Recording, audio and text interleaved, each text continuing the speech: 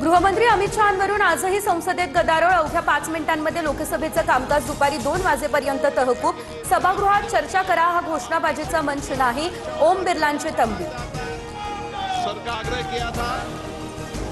सुनेत्रा पवार अजून किती दिवस गुंगी गुडिया बनून राहणार? बीडमधील पत्रकार परिषदेतील व्हिडिओ पोस्ट करत काँग्रेसची टीका। धनंजय मुंडे बीडचे हुकुमशहा काँग्रेसचा निशाणा।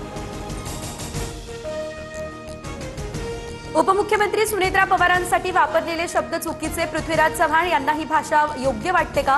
काँग्रेसच्या गुंगी गुडिया या टीकेवरून अंजली दमानिया आक्रमक। पक्ष घटनेतील बदलांवरून निवडणूक आयोगाचे राष्ट्रवादीला पत्र। पक्षाची सुधारित घटना, कार्यकारिणी आणि नियुक्त्यांच्या वैधतेवर सवाल। सुनेत्रा पवारांकडे स्पष्टीकरण मागितलं। तमिळनाडूचे माजी उपमुख्यमंत्री उदयनिधी स्टॅलिन पोलिसांच्या ताब्यात। अभिनेत्री तृषा संदर्भात आक्षेपार्ह घोषणाबाजी केल्याचा आरोप।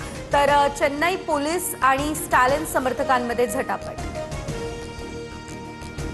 भाजपचा अहंकार मतदारांनी मोडून काढला। राम मंदिर लूट आणि जेनझे आंदोलनामुळे भाजपचा बांकीपूरमध्ये पराभव।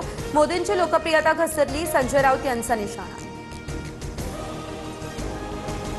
माजी गृहमंत्री अनिल देशमुखांच्या अडचणींमध्ये वाढ। मनी लॉन्ड्रिंग प्रकरणामध्ये देशमुखांवरील खटला चालवण्यासाठी ईडीला राज्यपालांची मंजुरी। जरांगेंनी ओबीसी महासंघाच्या राष्ट्रीय अधिवेशनामध्ये यावं। बंगळुरूच्या ओबीसी अधिवेशनामध्ये जरांगेंना मंचावर जागा देणार। बबनराव तायवाडे यांचं जरांगेंना हे खुलं आव्हान।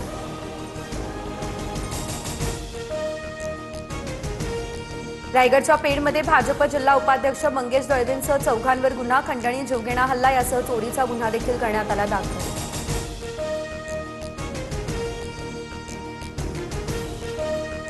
राज्यात पावसाचा जोर आता ओसरला।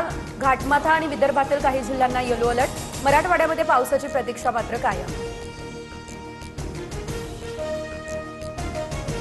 पुण्यातील भिडे पूल अजूनही पाण्याखालीच। भिडे पुलावरील वाहतूक ही सध्या बंद। काल अनेक वाहनं पाण्यामध्ये अडकून पडलेली। खडकवासल्यामधून 18,000 क्युसेकने पाण्याचा विसर्ग, त्यामुळे सतर्कतेचा इशारा।